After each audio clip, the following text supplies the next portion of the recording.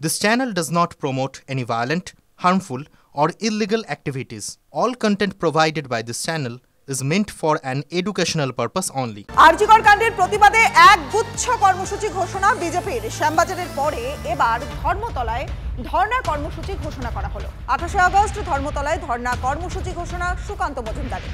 ওই দিনই দুপুরে মহিলা কমিশনের দপ্তরে তালা লাগানোর সিদ্ধান্ত পদ্ম শিবিরের।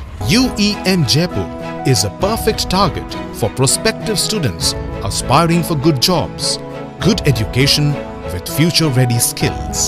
আর পরদিন অর্থাৎ 29 আগস্ট রাজ্যের প্রত্যেকটা ব্লকে একদিনের অবস্থান বিক্ষোভ করবেন বিজেপি কর্মীরা। 4 সেপ্টেম্বর প্রত্যেক মণ্ডলে সকাল 11টা থেকে 12টা পর্যন্ত 1 ঘন্টার চাক্কা বন্ধ কর্মসূচি। তবে 28 আগস্ট টিএমসিপির প্রতিষ্ঠা দিবস। 28 তারিখ থেকে আমরা আবার আমাদের ধর্ণা শুরু করব এবং সেটা ধর্মতলাতে আমরা আমাদের এই ধর্ণা শুরু করব এবং এই ধর্ণা আগামী দিনেও জারি থাকবে।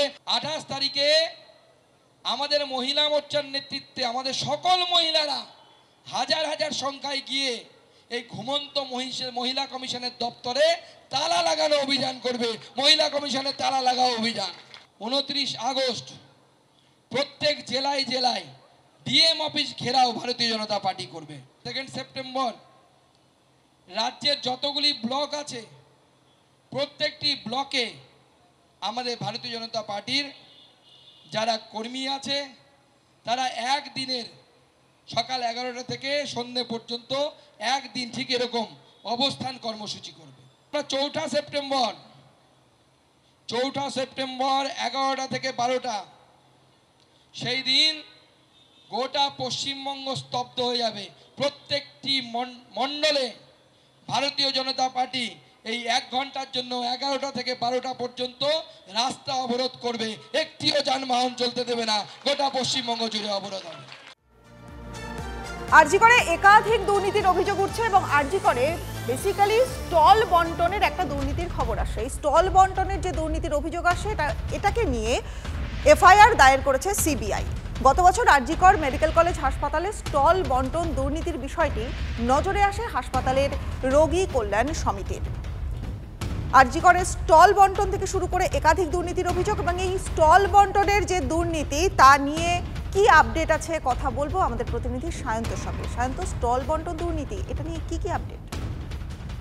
দেখো 2022 সালে এই চন্দন লোহা এই স্টলটি পেয়েছিল। আর এই 2022 সালে যখন সে স্টলটি পেয়েছিল তখন তার কাছে কোনো কাগজ ছিল না। 2023 সালে সে কাগজপত্র তৈরি করে বলে অভিযোগ। তখনই বিষয়টি নজরে এসেছিল আরজিকর হাসপাতালে রোগী কল্যাণ সমিতির যিনি চেয়ারম্যান ছিলেন শান্তনু সেন। তখন কিন্তু তার নির্দেশে তৎকালীন যিনি হাসপাতালের সুপার ছিলেন তখন এই চন্দন লোহা এবং তার স্ত্রী খামা লোহাকে শোকজ করা হয় এবং নির্দেশ দেওয়া হয় যতদিন না আগামী নির্দেশ পাওয়া যাচ্ছে ততদিন এই দোকান বা স্টলটি বন্ধ রাখতে হবে। এই নিয়ে বিবাদ শুরু। এরপর তৎকালীন যিনি আরজিকরের অধ্যক্ষ সন্দীপ ঘোষের সঙ্গে বিবাদ শুরু হয় শান্তনু সেনকে আরজিকরের রোগী কল্যাণ সমিতির পদ থেকে সরিয়ে দেওয়া হয়। কারণ পেছনে ছিল সেই উত্তরবঙ্গ লবি। আর উত্তরবঙ্গ লবির প্রভাব যখন পড়তে শুরু করে আরজিকর হাসপাতালে এবং আরজিকর হাসপাতালে এই চন্দনের দোকান আবারও খুলে যায় এবং একাধিক দুর্নীতি শুরু হয়ে যায়। যা নিয়ে কিন্তু আক্তার আলী তিনিও সেই সময় আওয়াজ তুলেছিলেন এবং সেটাই কিন্তু দেখা গেল বাস্তবায়ন হলো। কারণ তিনি এবার যখন আওয়াজ তুলেছেন এবং হাইকোর্টে যখন মামলা করেছেন সেই অনুযায়ী সিবিআই তদন্ত হওয়ার পর সিবিআই আধিকারিকরা গতকালও চন্দন লোহার দোকানে যান এবং তার বাড়িতেও রেস্ট করেন। এবং ধন্যবাদ তোমায় সায়ন্ত। কি নথি নিয়ে আমার ট্রেড লাইসেন্স আর একটা হসপিটাল থেকে একটা কাগজ ছিল এটা নিয়ে। আপনার বাড়িতে তো গিয়েছিল সকালে? হ্যাঁ। অভিযোগ হচ্ছে এই দোকান আপনি বেনিয়ম ভাবে দোকানটা নিয়েছেন। সরকারি জমিতে কত থেকে পেয়েছিলেন দোকানটা? একটু হিস্ট্রিটা বলুন। আমার সব কাগজ ক্লিয়ার। আরো একটা চাঞ্চল্যকর খবর, আরজিকর হাসপাতালে তিলোত্তমার ধর্ষণ খুনের ঘটনা নিয়ে যখন তোলপাড় হয়ে যাচ্ছে গোটা রাজ্য, ঠিক তারই মধ্যে ডুয়ার্সের ঘটনা। ডুয়ার্সের বানারহাটে চা বাগানে বিশেষভাবে সক্ষম মহিলাকে ধর্ষণের অভিযোগ উঠল।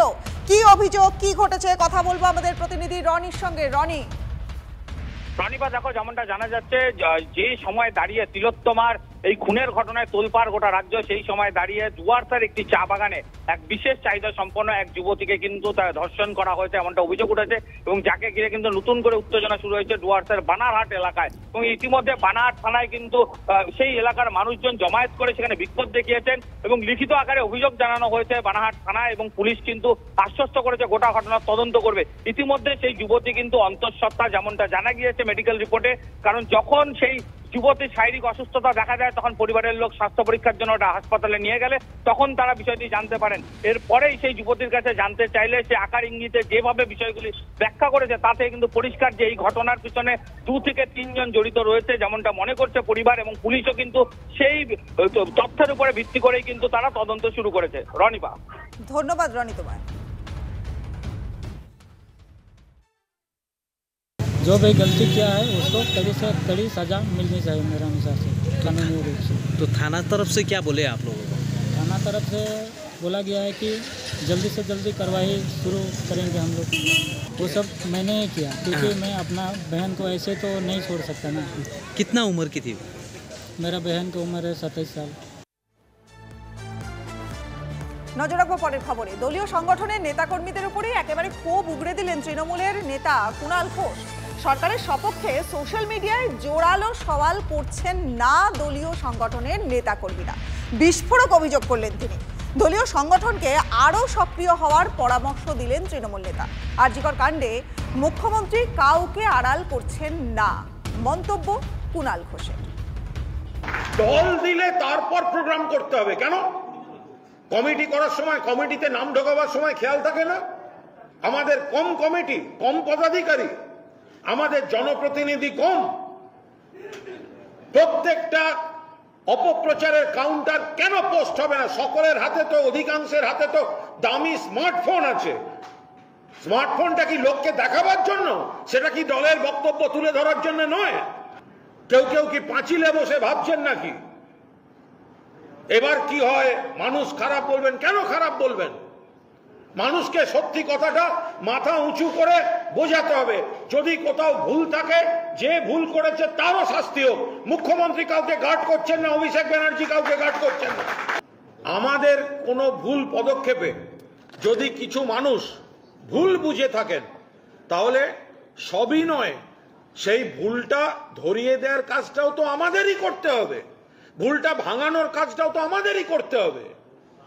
এখানে কয়েকজন মুখে রক্ত তুলে বিষ পান করে যাবেন, একটা পক্ষে বলতে গেলে সিপিএম, বিজেপি বা বাকিদের ওখান থেকে অশ্রাব্য গালিগালাজ আসবে, আমরা বিষ পান করব, আর কমিটিতে বসে থেকে, জনপ্রতিনিধিতে বসে থেকে তাদের ফেসবুকে কোনো পোস্ট দেখতে পাবো না, এটা হতে পারে না।